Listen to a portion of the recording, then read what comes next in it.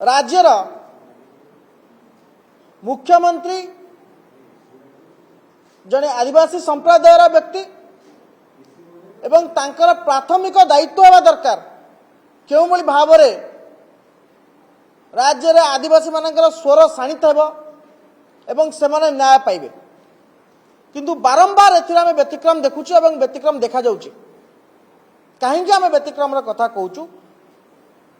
आपण मैंने जानिले आश्चर्य हे मु आपन को गोटे ट्वीट देखापी चाहिए। ये हूँ मान्यवर विधायक गुणुपुर सत्यजित गमा ट्वीट एवं से ट्वीट रे स्पष्ट भाव में लिखिं कि केउं भली भाव में पूर्व दिन राति 10:23 समय रे तांको व्हाट्सएप जोगे लेटर दे जना जाउची कि आसंता काली दिन 12 रे डीपीसी मीटिंग अच्छी जिला योजना बोर्ड रो बैठक अच्छी एवं से स्पष्ट भाव में कहले जो योजना बोर्ड बैठक योजना निर्दिष्ट समय सीमा आगरू हो पारुनी से योजना बोर्ड रे जिलार विकास कौन विकास स्थिर हेबो एवं मु आपन को गोटे चिट्ठी देखापी चाहूँगी क्यों भली भाव में राज्य रे शासन प्रशासन चली डिस्ट्रिक्ट प्लानिंग कमिटी मीटिंग गोटे छोट मीटिंग नुहे। डिस्ट्रिक्ट प्लानिंग कमिटी मीटिंग रे पूरा जिल्लार भविष्य निर्धारण करा जाए एवं ये होची एटा टूर प्रोग्राम एटा चिट्ठी भी नुहे 14/5/2026 रे मान्यवर मंत्री पीएस जी डीपीसी चेयरमैन अच्छा नित्यानंद गंड महोदय सी एक चिट्ठी करुचंती जो चिट्ठी मेंशन अच्छी कि 15 तारीख 12:40 समय डीपीसी रिव्यू मीटिंग करा जिवो एवं कलेक्टर तरफ एडीएम एवं कलेक्टर या व्हाट्सएप जोगे राति 10:30 विधायक पाक पठे दी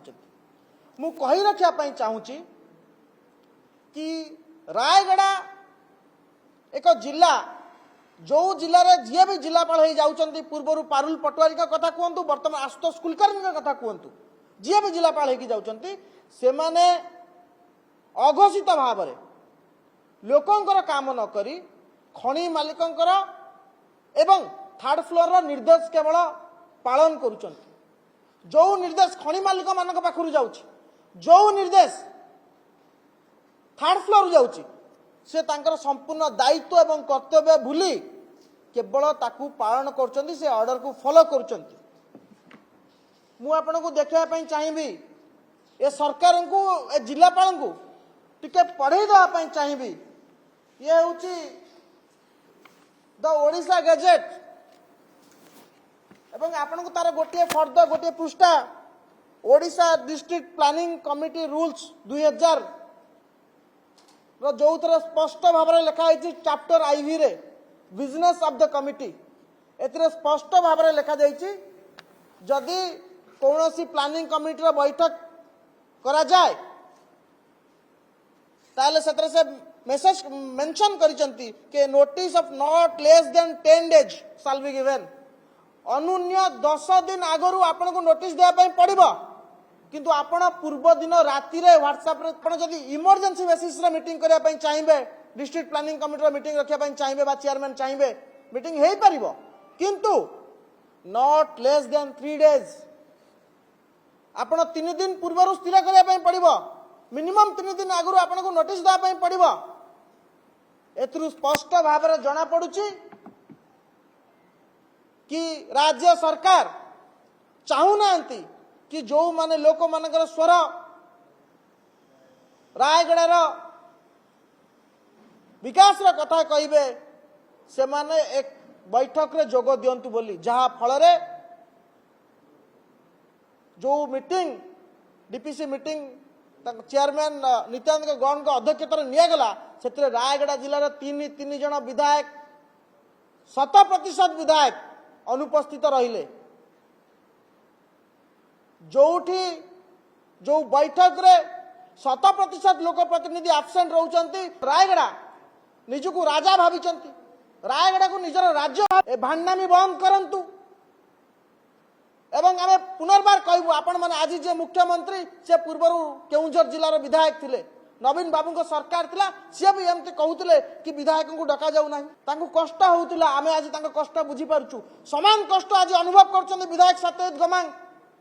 जो कष्ट मोहन माझी अनुभव करतले बीजेडी शासन समय जने आदिवासी संप्रदायर व्यक्ति आदिवासी मानकर स्वर हाँ चेष्टा करी जिते सी विफल होते आज समान परिस्थिति दे मान्यवर विधायक गुणुपुर गति करुँच कलेक्टर कथा शुणुना अंतत पक्षे मोहन माझी अनुभव करेंगे विधायक आपन को सविशेष भाव में कहे क्यों भाव में जानी शुणी कलेक्टर तांकर एक छत्रवाद शासन चलाउचंती किंतु आमे अनुभव करूचु कि यही जो भली कार्यक्रम रु सरकार विरति रहिबे एवं आपन को विशेष भाव में विधायक अच्छा जहाँ भी अनुभव करछन से आपन को जनइबे मुख्यमंत्री जो भली भाव में एक हीन इतिहास सृष्टि होता केउंझर जिले में आपन देखिथिले आपन मध्य यार मुखसाखी यार पुनरावृत्ति रायगड़ा जिले में न हो आपण अंतत पक्षे आपण सरकार रे आपण शासन रे यार पुनरावृत्ति न हो बोली भाभी एवं आपण रायगड़ा कलेक्टर को तागिद करिए बोली एवं रायगड़ा कलेक्टर एक क्षमा प्रार्थना कर एक पत्र लिखे जो भाव में ता उपरे मुख्यमंत्री दृष्टि देवे बोली आमे आशा करूछु।